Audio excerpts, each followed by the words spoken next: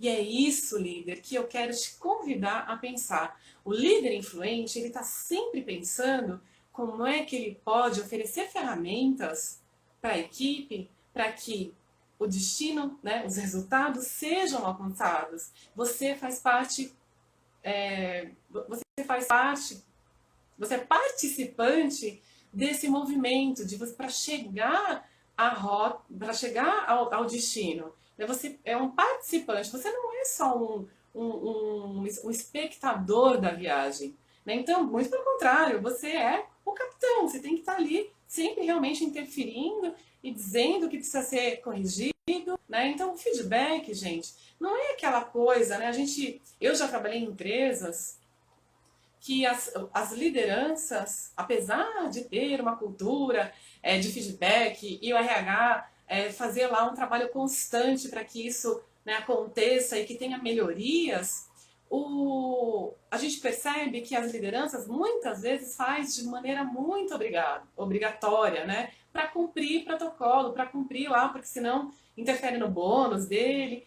Enquanto que, se você quer ser um líder que de fato cumpre o seu papel, né, corresponde à sua atribuição de liderança, você vai estar sempre atento, né, trabalhando o feedback, seja principalmente o positivo e o corretivo ou construtivo, como você queira chamar, para que as metas, os objetivos sejam alcançados pelo seu liderado, né, pelos seus liderados e para o seu time. Então, eu vou dar um exemplo aqui de algo que eu acompanhei. Né? A gente tinha ali, trabalhava com uma empresa onde as lideranças, né, o RH tinha um movimento muito forte de fazer aí um trabalho, era uma empresa nova que tinha implementado isso há pelo menos uns 2 anos, e que fazia todo esse trabalho de incentivar as lideranças, né, e era um trabalho obrigatório,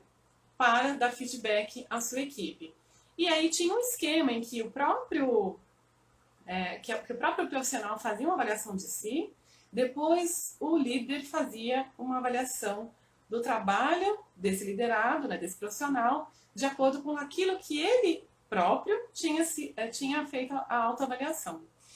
E como o processo de feedback ele não foi regular, não foi imediato, não foi constante, algumas, né, dos objetivos, especificamente, vou dar o exemplo de uma liderança, porque eram várias, mas ali tinha um profissional, né, um ou dois profissionais que não tinha entregue os resultados a contento. E o que aconteceu? A ideia era que esses profissionais estivessem ali, vamos dizer, em questionamento se continuariam ou não na empresa. E a gente viu, né, a gente acompanhou o trabalho de feedback de líderes que não sabiam fazer feedback com fatos e dados. O que esse líder fazia?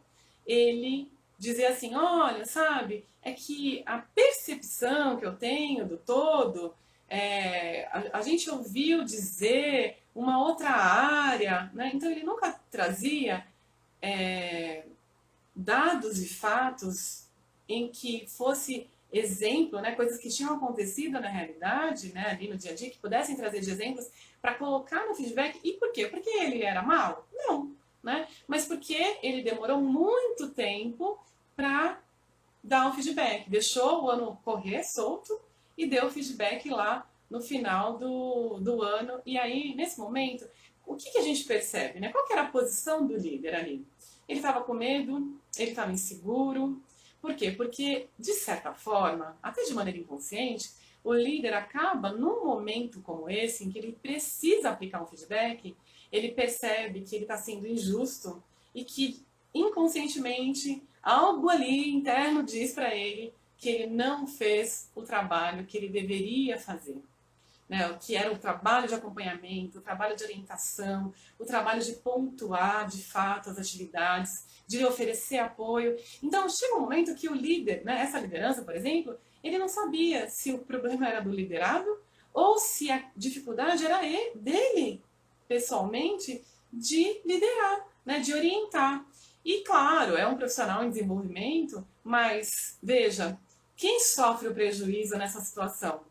Os dois. Mas de imediato, quem sofreu, né, foram os profissionais que foram mal avaliados, porque no